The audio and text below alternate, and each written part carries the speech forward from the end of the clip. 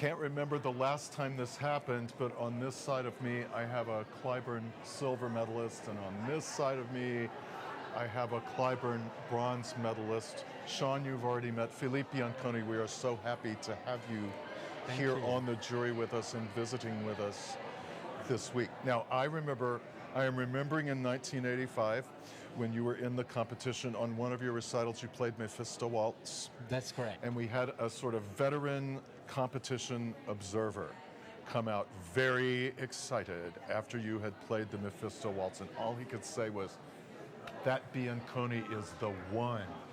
He is the one. Also, I remember a very vivid Brahms D minor. That's right, in the finals. In that competition. Yes. Okay, I want you guys to talk to me about what it's like. What is the pressure like, or is there any particular pressure in being in an international piano competition? What does it feel like? Well, it's such an old story for me, but it's but I bet you remember 30 years, but I still remember very vividly. The pressure was just incredible. And for me, I had entered many other competitions before, but the Cliburn was the biggest one, Suddenly I was on a really very high level of competition with a huge program to prepare. And that, just to begin with, was already such a huge pressure to be ready to play this huge amount of music in just a couple of weeks. And then, being at that level was just incredible. I remember thinking, what am I doing here? This is not for me. It's too much. It's too much. But you get through it somehow, right? But I did. I did. Take 5 minutes at a time and... Yeah, and it's funny because as I passed, each round, I was at the same time feeling more secure, because I was thinking, oh, okay, well, they like me, maybe I can... But at the same time, the pressure was getting higher and higher until the finals.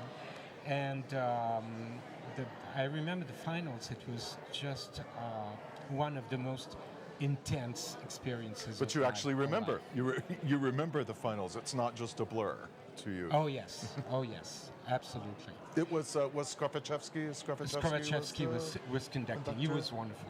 He was really great to work with. And it was such an incredible experience, and I'm sure for you... What did it feel like? I think what was interesting, how I can put it is, the least amount of stress you felt the whole time was when you were on stage actually performing, because you finally could do something about your nerves, because you were actually playing. Otherwise, you're just practicing.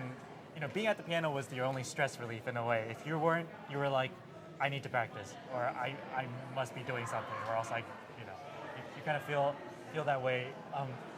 Now with recorded media, I feel like my experience of the finals is now through the videos I watched so many times. I don't quite remember visually how it was at that time anymore. I kind of remember how I felt in certain passages, certain situations, certain things about how the piano felt, certain mistakes I made. I remember those things. But in general, I don't quite remember the whole experience anymore in terms of It's kind of a blur. Yeah.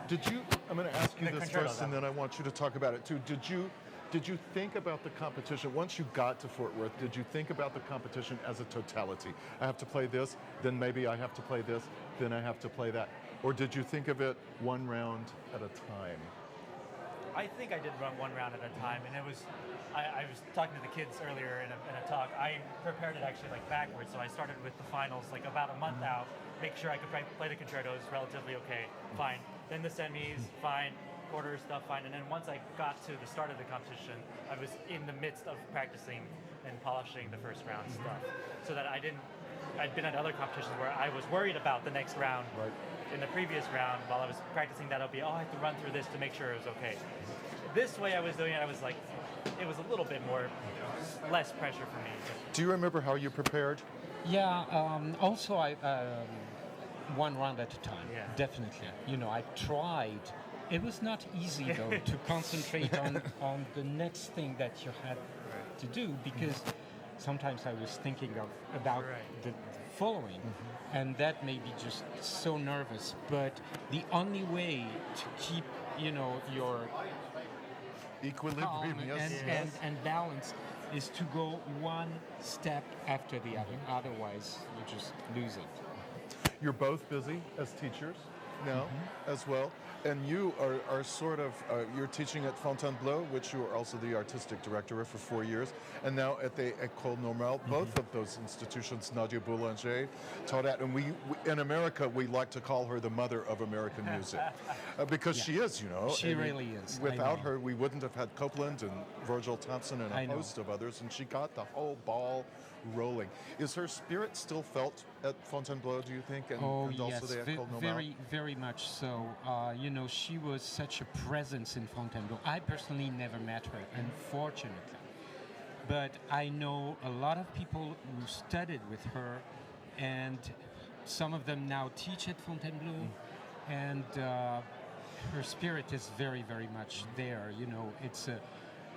She was an incredible lady. I mean, she was such a fabulous teacher. She was tough. I can She was imagine. tough. And I remember I have some friends who studied with her, and one of her favorite phrases was, "You must suffer." Meaning that it was hard work.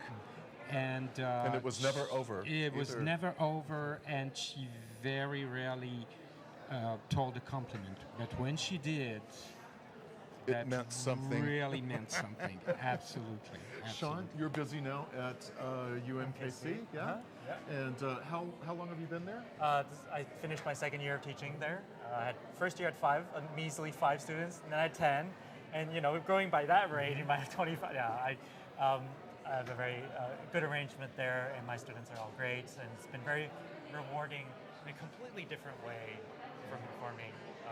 But it's very much informed my performing, and I've learned a lot from teaching and from them that I think has helped me for the better when I get to the piano and work on things. So. Lucky students you have, and you too, Philippe Bianconi. Thank you so much for being Thank with us. you.